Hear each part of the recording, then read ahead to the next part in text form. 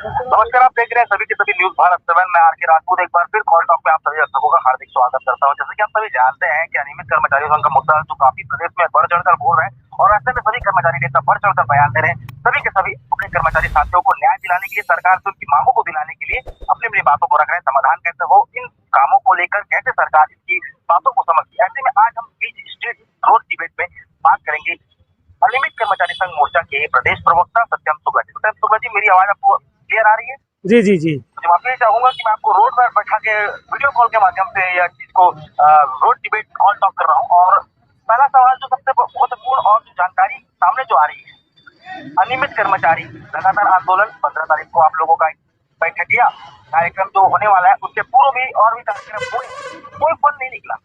समाधान क्या है, कहाँ पर चूक हो रही है? कर्मचारियों के आत्मबल में चूक हो रही है, क्या आपसी समन्वय में कमजोरी हो रही है? नहीं, ऐसा कहना बहुत अनुचित होगा। समाधान तो हो रहा है, शुरुआत हो चुकी है, सुगबुगाहट है। मुझे नहीं पता मीडिया में ये बातें हैं कि नहीं है, पर बहुत सारे मीडिया हाउस से भी हमको खबर मिल रही है कि प्रारंभिक तौर पे सरकार द्वारा एक रणनीति तैयार कर ली गई है और एक खांचा लगभग खींच गया है, जिसमें संविदा वालों को, दैनिक वेतनभोगियों को और श्रम दर के श्रमिकों को, प्रदेश में 33,000 श्रमिक दर के श्रमिक हैं जो 2008 के बाद विभिन्न 54 विभाग और निगम मंडल आयोग में कार्यरत हैं। 2008 के पहले के जो कंटिन्यू काम कर रहे थे 1998 के बाद से, या 2008 के पहले कोई रखे गए हैं, वैसे लोग जो हैं दैनिक वेतनभोगी, मैं उन्हें कह रहा हूं, क्योंकि उमा देवी की प्रकरण की बाधा उनके लिए नहीं आएगी, क्योंकि फैसले के पूर्व वो रखे गए थे। इसी के साथ जो संविदा के भाई बंधु हैं हमारे, 50-55 हज़ार उनकी संख्या है। एक्चुअल संख्या जो है वो उनके प्रदेश अध्यक्ष आपको अवगत करा सकते हैं। तो उनके बारे में भी अखबारों में हमने विगत दिवस पढ़ा है कि कुछ ना कुछ एक सकारात्मक जो है पहल शुरू हो गई है। हाँ, अंशकालीन जॉब दर मानदेय, आउटसोर्सिंग प्लेसमेंट ठेका, इनके लिए भी कुछ भी कहीं से भी सुगबुगाहट भी सुनाई नहीं दे रही है। और मैं तो यही कहूँगा कि जो इसके पूर्व हमारा जो बैठका हुआ था और जिसमें हमने सरकार से विनम्रतापूर्वक अपनी मांगें रखी थी, ये उसी की शुरुआत है। अब इसमें इसका दायरा और बढ़वाने के लिए, जिसमें अंशकालीन जॉब दर मानदेय, आउटसोर्सिंग प्लेसमेंट ठेका भी आ सके, आगामी 15 जनवरी को बूढ़ा तालाब धरना स्थल में हम एक बैठक का शांतिपूर्ण ढंग से समाधान के लिए पुनः कार्यक्रम आयोजित कर रहे हैं। सुब्बा जी, जैसे कि अगर हम बात करते हैं नियमितीकरण में, तो क्या एक स्थायीकरण ही संभव है? चलो ठीक है, हम मान लेते हैं मध्य प्रदेश, राजस्थान और पंजाब, ये तीनों जगह में कर्मचारियों के हित के लिए फैसले लिए गए थे सरकार द्वारा। ऐसे में छत्तीसगढ़ सरकार अपने जन घोषणा पत्र में जो वादे किए थे, उनकी मांगों को लेकर कर्मचारी संघ आंदोलन भी कर रहे कि नहीं, भूपेश बघेल जी ने घोषणा पत्र में लिख दिया हमारा काम हो जाएगा और हमको नियमितीकरण मिल जाएगा। लेकिन मैं ये पूछ रहा हूँ, जो श्रम आयुक्त दर के जो कर्मचारी संघ है, जो पिछले कई वर्षों से काम कर रहे हैं, उनका, और जो आउटसोर्सिंग में जो काम कर रहे हैं, जो लगभग 15 साल हो गया, चलो 20 साल मान के चलते हैं, उनका क्या होगा? श्रम आयुक्त दर और जो अभी वर्तमान में जो आउटसोर्सिंग माध्यम से जो काम कर रहे हैं, उनका। आपको याद होगा कि जो हमारा पहला इंटरव्यू हुआ था उसमें भी मैंने बताया था कि जो नीतियाँ बनेंगी हम सभी के लिए, जैसे संविदा वाले, तो संविदा वालों के संपूर्ण प्रकार के संविदा वालों के लिए नीति बनेगी और उसमें संपूर्ण लोग उसके दायरे में आएंगे। भले जैसे 55,000 लोगों के लिए नीति बनेगी, पर संभव है, मेरा विश्वास है कि वो 55,000 का मान लीजिए सरकार के द्वारा स्थायीकरण किया जाता है और उसमें जो दायरा बनाया जाता है कि 10 वर्ष का बंधन रखती है। तो ये सरकारें जो बंधन रखती हैं उसके दो वजह है। एक तो ये कि हम शुरुआत कर सके, एक अच्छी शुरुआत दे सके, ताकि भविष्य में जो उनके पीछे आए लोग हैं उनके लिए एक रास्ता बने। और दूसरा सबसे बड़ा मजबूरी होता है बजट का।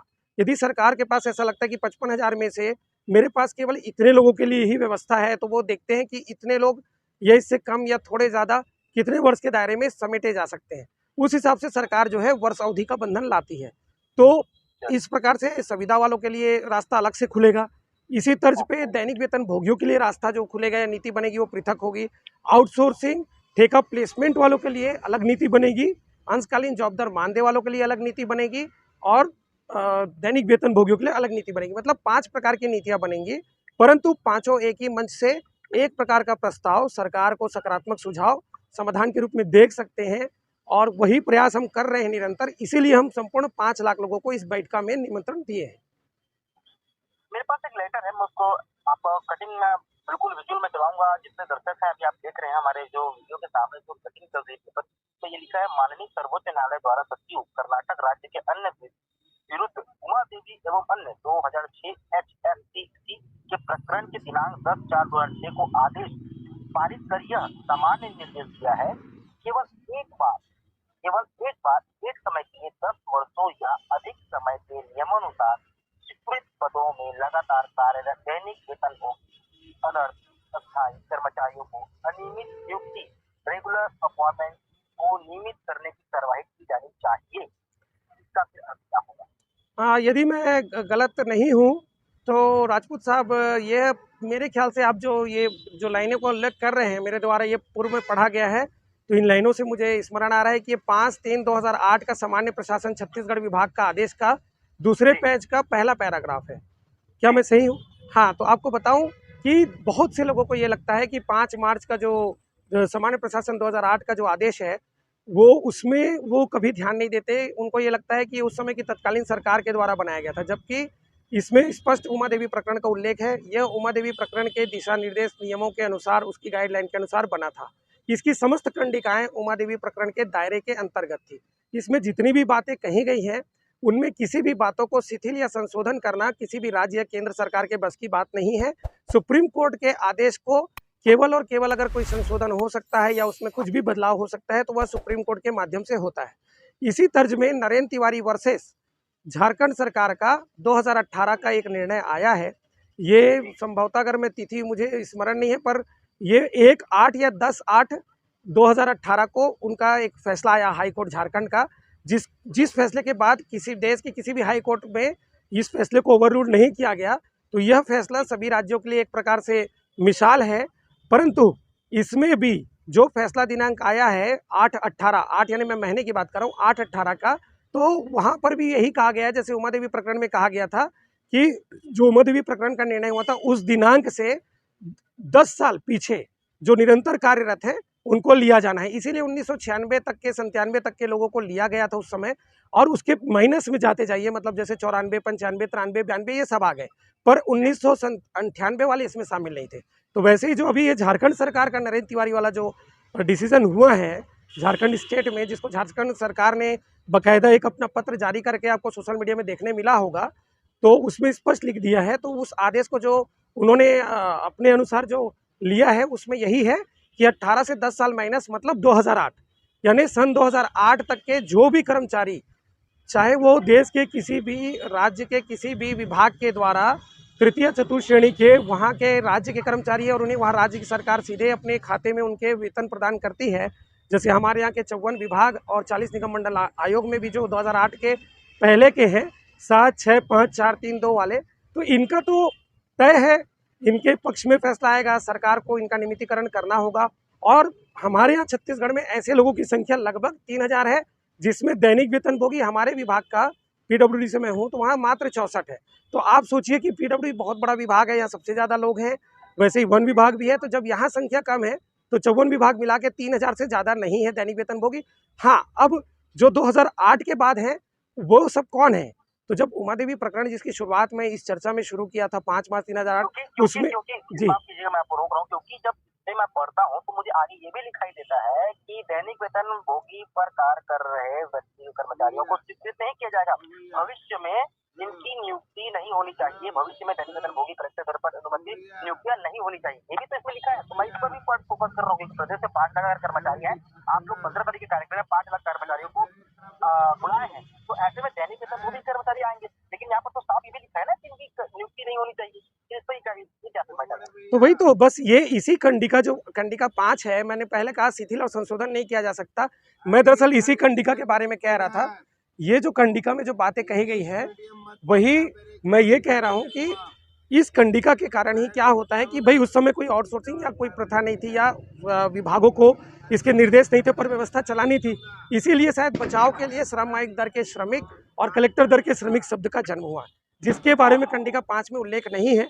और यही व्यवस्था 2008 के बाद मतलब 2009 से निरंतर आज 2023 जनवरी तक भी लागू है। हम लोग भी जो है उसी श्रेणी में आते हैं, और ऐसे हम लोग 33,000 हैं, यही श्रम आयुक्त दर के श्रमिक हैं।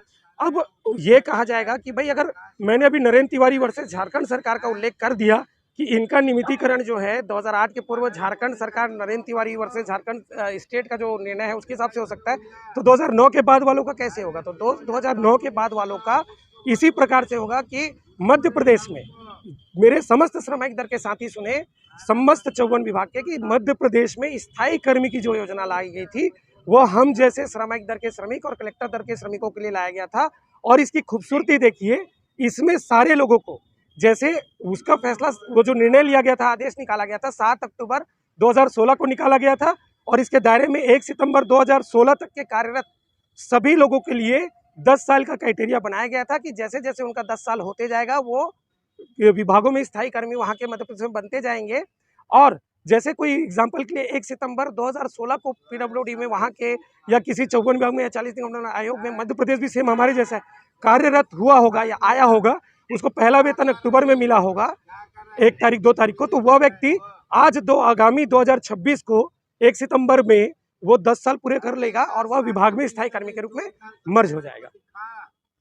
मैं इस बात को मान लेता हूँ आपका, लेकिन जो अन्य कर्मचारी संगठन है जैसे मध्य प्रदेश का 2021 का मामला है, सुप्रीम कोर्ट ने मना कर दिया है कि पूर्ण अंशकालीन को पूर्ण भविष्य के लिए जैसे इसके बावजूद भी कर्मचारी संगठन आंदोलन कर रहे हैं, पर आपका क्या कहना है?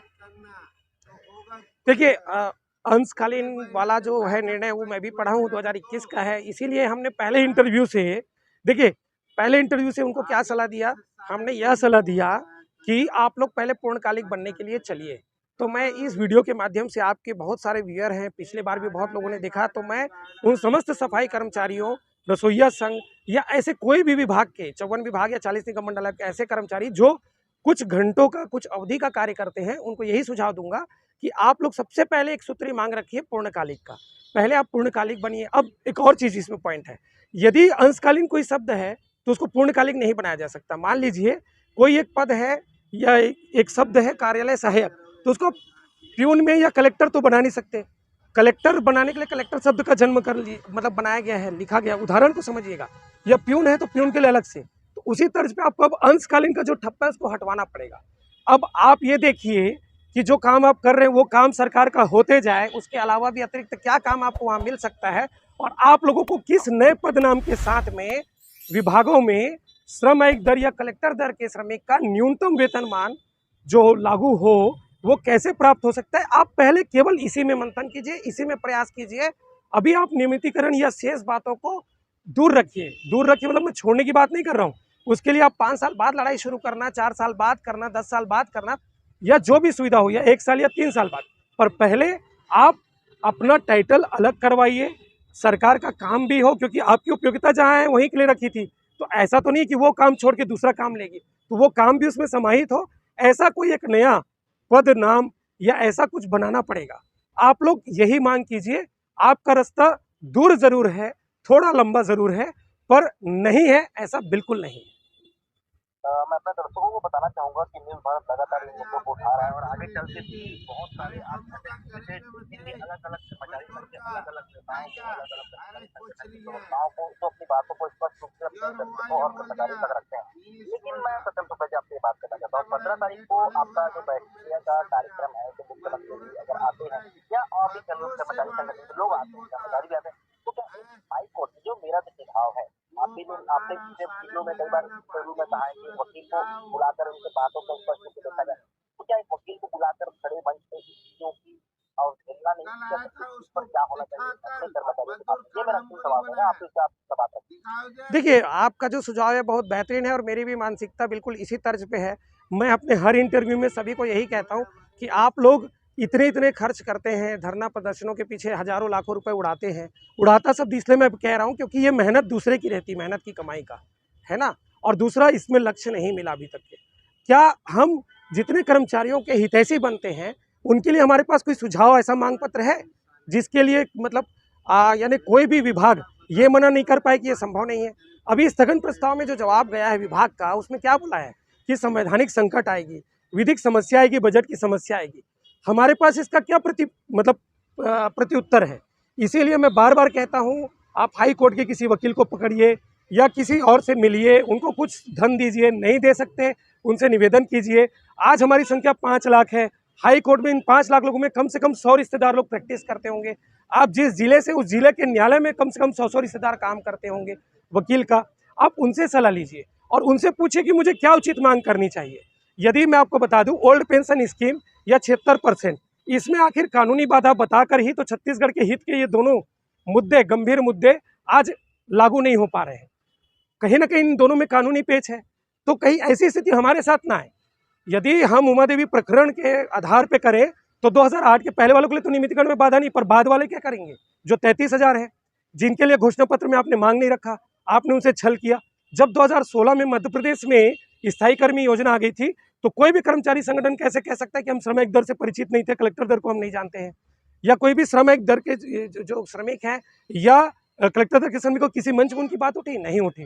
तो यही चीज़ आप समझिए कि मैं बार बार कह रहा हूँ, आप कानूनी सलाह लीजिए और उचित मांग, आप मेरी भी बात मत मानिए। मैंने जितनी भी बातें अभी इस इंटरव्यू में रखी हैं, मैं कहीं ना कहीं ईश्वर की कृपा है कि मेरे विद्वान मित्र लोग कुछ अधिवक्ता हैं, उनसे जो मुझे सुझाव मिला है उसके आधार पर मैंने ये बातें की हैं। मेरी बातों को आप तर्क से काट सकते हैं तो काटिए। मांगने में क्या है, कुछ लोग ये कहते हैं सरकार ने कहा नियमितीकरण देंगे, तो सरकार ने वही कहा जो हमने उनको घोषणा पत्र में जुड़वाया। अब हो सकता है हमसे गलती हो गई है कि नहीं भाई, सबके लिए अलग अलग पॉलिसी बनेगी, सब लोग एक मिक्सी में तो नहीं होंगे, संविदा हो या जो भी है, सबके लिए अलग अलग नीति बनेगी। तो हमने नियमितीकरण जुड़वा दिया, तो ऐसा कोई मजबूरी नहीं कि अगर मेरे से एक बार गलती होगी तो उसी गलत चीज़ को मैं लागू करवाऊँ। जाके न्यायालय में अगर मामला फंस गया नियमितीकरण एक शब्द के कारण, कोई बेरोजगार जो है शिक्षित बेरोजगार, उसके संवैधानिक अधिकारों का हनन होगा, जाके स्टे ले लिया, तो आपका और मेरा जीवन तो तबाह हो जाएगा ना। आप इस चीज़ को समझिए, नुकसान हमारा है। इसीलिए हमको किसी भी कर्मचारी संगठन को इस चीज़ को समझना होगा कि उनका नेतृत्व पहले तो कर्मचारी लोग करें, क्योंकि कर्मचारी यही चाहेगा कि उसका समस्या का निराकरण हो। वो ये नहीं चाहेगा कि हम चुनावी मुद्दा बने रहें, और वो अनुचित मांग नहीं करेगा। और कर्मचारी हमेशा समझौता करता है, झुकने में, समझौता करने में किसी का कोई नुकसान नहीं है। हमारा ही राज्य है, हमारे ही लोग सरकार में हैं, हमारे ही लोग विपक्ष में हैं, हम सब एक परिवार हैं, एक कुटुंब है। हम झुक जाएंगे तो कोई नुकसान नहीं है, हमारे परिवार का भविष्य सुनिश्चित हो जाएगा। हमको इस दिशा में कार्य करना है। आखिरी 40 सेकंड का मेरे पास वक्त होता है, आप क्या चाहते हैं इस वीडियो को, आपने जो संबोधन किया है अपने कर्मचारी साथियों को, आपको क्या लगता है इस वीडियो को आप लोग कितने लोगों को देखना चाहिए, पूरे 5 लाख कर्मचारी के आने वाले और भी भविष्य में जो कर्मचारी हैं वो भी देखें? मैं समस्त 5 लाख अनियमित मोर्चा के हमारे साथियों को निवेदन करूंगा, न्यूज़ 7 भारत के अगर आप सब्सक्राइबर हैं, यदि नहीं है तो पुनः आप सब्सक्राइब, मतलब अगर आप नहीं हैं तो सब्सक्राइब करें, सॉरी। और यदि सब्सक्राइबर हैं तो आप पुनः लाइक, कमेंट, शेयर करें, ज़्यादा से ज़्यादा इसको वायरल करें, ताकि हर एक व्यक्ति में एक जागरूकता है। हमारा ये इंटरव्यू या वीडियो या जो भी करने का उद्देश्य होता है, सनसनी फैलाना नहीं है, या किसी भी कर्मचारी को ऐसे गतिविधि में कि उनको उकसा करके उनको जेल के अंदर भेज दें या कुछ भी ऐसा गलत गतिविधि करें, ये मंशा नहीं होती। जागरूकता, आप जागरूक होंगे तो आपको निश्चित रूप से लक्ष्य मिलेगा। आप जागरूक नहीं होंगे, आपका 2008 से 2022 तक लक्ष्य जितना दूर रहा है वो आगे भी दूर रहेगा। मित्रों, समझौते की ओर हमको बढ़ना है, जिसके लिए जो उचित है, जो नियमितीकरण पा सकता है वो नियमितीकरण की मांग करे, जो स्थायी कर्मी बन सकता है वो स्थायी कर्मी की मांग करे, जिसका स्थायीकरण हो सकता है वो स्थायीकरण की बात करे। आप सभी को एक दृष्टिकोण से या एक लाइन में, एक खांचे में नहीं खींच सकते। यदि कोई भी आपको ऐसा दावा करता है कि नहीं आपको नियमितीकरण ही मांगना है, तो आप समझ जाइए कि आपका वो पुराना जो शोषण करने वाला परंपरा है उसको वो जीवित रखना चाहता है। वह नहीं चाहता कि आपका शोषण बंद हो। कुछ संगठन जीवी लोग हैं जो संगठन के आय से ही जिनका जीवन चलता है, जो कर्मचारी नहीं है। हाँ मित्रों, ये महत्वपूर्ण बात है, मैं आपको सचेत करना चाहूँगा। जैसे मैं 1.5 वर्ष से कर्मचारी हूँ, तो आज मैं कर्मचारियों की बात रख रहा हूँ। यदि कर्मचारी की नौकरी से मुझे निकाल दिया जाता है या मैं पृथक हो जाता हूँ, तो मुझे आप लोगों की बातें रखने का कोई अधिकार नहीं। तो इस चीज़ को समझिए। आप जिनके भी आंदोलन कार्यक्रम में जाते हैं, पहले पुष्टि कीजिए कि वे कर्मचारी हैं कि नहीं, किस विभाग में काम करते हैं, किस पद पर काम करते हैं, क्या उनकी वेतन है, और आप उनकी बात को सुनिए। और बार बार मैं कहता हूँ, हर ऑफिस के जो 25-30 लोग हैं साथी, यदि आपके पास कोई संगठन नहीं है तो अपना संगठन स्वयं का एक निर्मित कीजिए, हम पूरा सहयोग करेंगे। संगठन भी नहीं बनाना चाहते तो आप लोग कुछ राशि से अपना इकट्ठा कीजिए और वकीलों से मिलिए जाके 20-25 के समूह को, और मेरे इंटरव्यू को ले आकर के मेरे इंटरव्यू से सवाल निकाल करके उनसे पूछिए कि हमको क्या मांग करनी चाहिए और क्या मांग रखनी चाहिए। और 15 जनवरी को आप सभी लोग आइए, और अपना शोषण और भेड़ चाल, ये 2 चीज़ अब हमको निरंतर नहीं होने देना है। और हमको चिन्हांकित करना है कि हमारे बीच में कौन कौन संगठन जीवी है, उनको बाहर का रास्ता दिखाना है। मेरे लोक निर्माण विभाग में केवल 2 संगठन है, एक संतोष कोसेरिया जी का और एक हमारा संगठन है, जो विशुद्ध रूप से लोक निर्माण विभाग की पीड़ा उठाने के लिए पंजीकृत है। बाकी लोग भी करें। और 5,987 जो साथी लोक निर्माण विभाग के भी 5 लाख में जो शामिल हैं, वह भी इस वीडियो को देख रहे हैं, इस चीज़ को समझिए। किसी अन्य संगठन को, आपको बाहरी संगठन को चंदा देने की आवश्यकता नहीं है। उनके किसी कार्यक्रम में आपको शामिल नहीं होना है, क्योंकि उसका नेतृत्व आपके पीडब्ल्यूडी का कोई कर्मचारी साथी नहीं कर रहा है। यदि हमारा कर्मचारी साथी करेगा तो मैं खुद उस कार्यक्रम में जाऊंगा, परंतु हमको गैर कर्मचारी किसी भी संगठन में नहीं जाना है, सहयोग नहीं करना है। आज मैंने जो इंटरव्यू लास्ट किया था, जिसमें मैंने कहा था कि इंटरव्यू ईपीएफ में 1 रुपये भी खर्च नहीं हुआ, आज आपको अवगत हुआ। मैं पुनः कहूँगा लोक निर्माण विभाग के लोगों को कि इंटरव्यू के लिए 1 रुपये भी किसी को आप मत दीजिए चंदा। किसी भी प्रकार से लोक निर्माण विभाग के कोई भी साथी किसी भी संगठन को चंदा ना दे। मैं यही प्रार्थना करूँगा। अगर आपको सहयोग करना है, ऑनलाइन कीजिए और उसका हिसाब लीजिए। जैसे हमारा अनियमित मोर्चा का है, पारदर्शी व्यवस्था है, खर्च पूरा सामने है, ऑनलाइन हम ले रहे हैं, ऐसा डोनेशन कीजिए।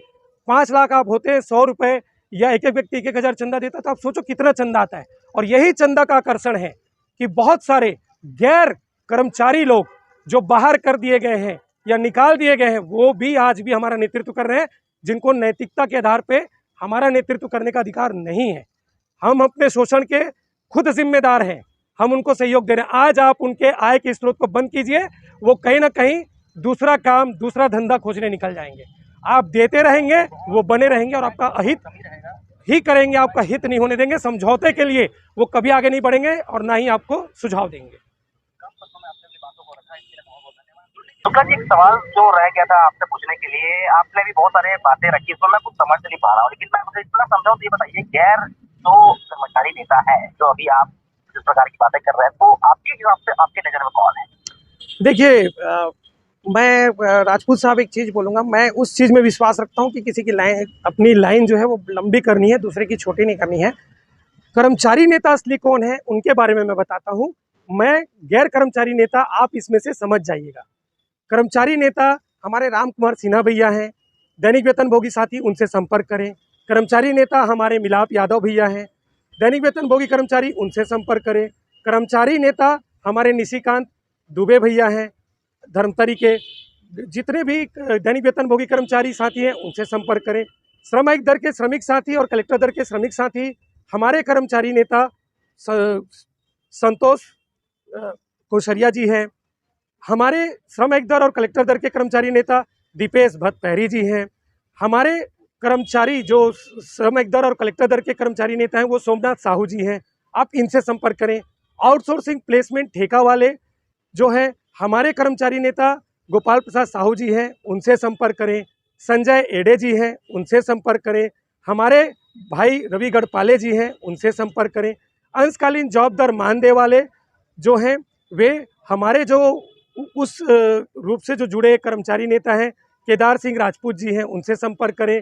राजेंद्र साहू भैया हैं, उनसे संपर्क करें। नीलू ओगरे दीदी हैं, उनसे संपर्क करें। ये सारे लोग वर्तमान में किसी न किसी विभाग में कार्यरत हैं, वैतनिक कर्मचारी हैं, वेतन ले रहे हैं। ये आपको जो सुझाव दे, उस सुझाव में आगे बढ़ें। और मिलाप यादव, निशिकांत भैया और राम कुमार सिन्हा भैया से इस वीडियो के माध्यम से मैं प्रार्थना करूंगा कि आप लोग 2 तरह के मांग पत्र तैयार कीजिए। एक 2008 के बाद जो लगे हैं श्रम आयुक्त दर के श्रमिक और कलेक्टर दर के श्रमिक साथी 2022 के बीच के, उनके स्थायी कर्मी बनाने की मांग कीजिए। और जो उसके पहले के लोग हैं, उनके लिए दैनिक वेतनभोगी। ये 2 मांग लेकर के मिलाप भैया, निशिकांत भैया और हमारे प्यारे राम कुमार सिन्हा भैया 2 प्रकार का मांग पत्र तैयार करें। बस इतना कहकर मैं अपनी बात समाप्त करूंगा। जय हिंद, जय भारत, जय छत्तीसगढ़।